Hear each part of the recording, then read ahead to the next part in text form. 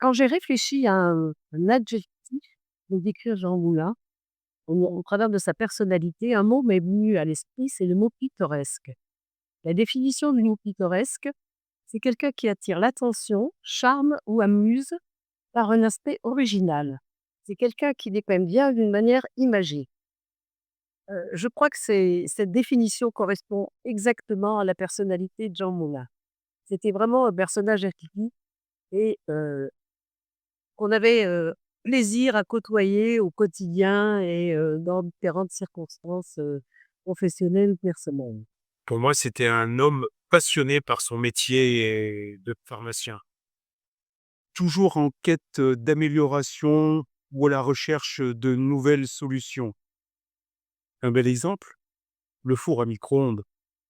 Qui d'autre que lui aurait pu imaginer l'utiliser pour la fabrication de médicaments, alors qu'il avait été conçu pour le séchage de pâtes alimentaires? Première fois où je l'ai vu et où je l'ai croisé dans les couloirs d'Étocentre en tenue de mécano, cette image m'a marquée, parce qu'elle me rappelle toujours qu'au-delà du chef d'entreprise, bien établi, il a toujours gardé son âme d'entrepreneur.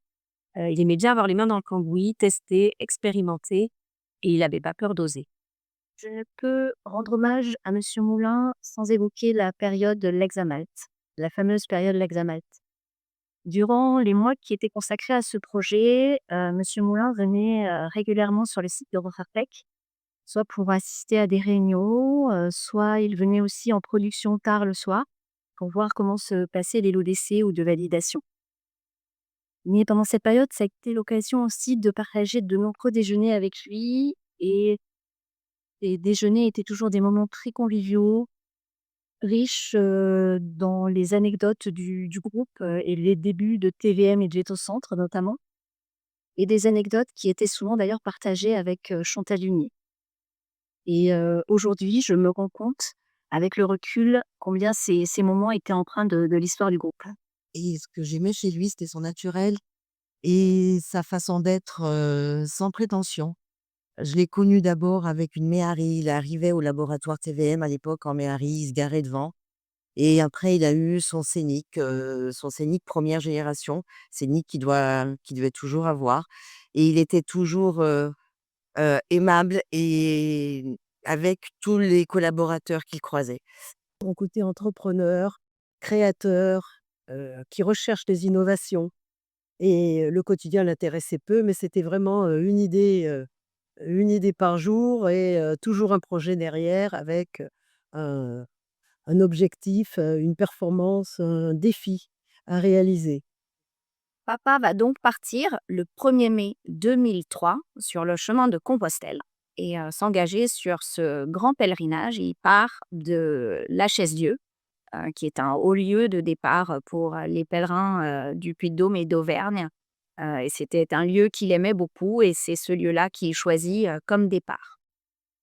Donc 1er mai 2003 et il arrive à Compostelle le 24 juillet 2003 aussi. Donc plus de quasiment 3 mois à pied sur les chemins de Compostelle.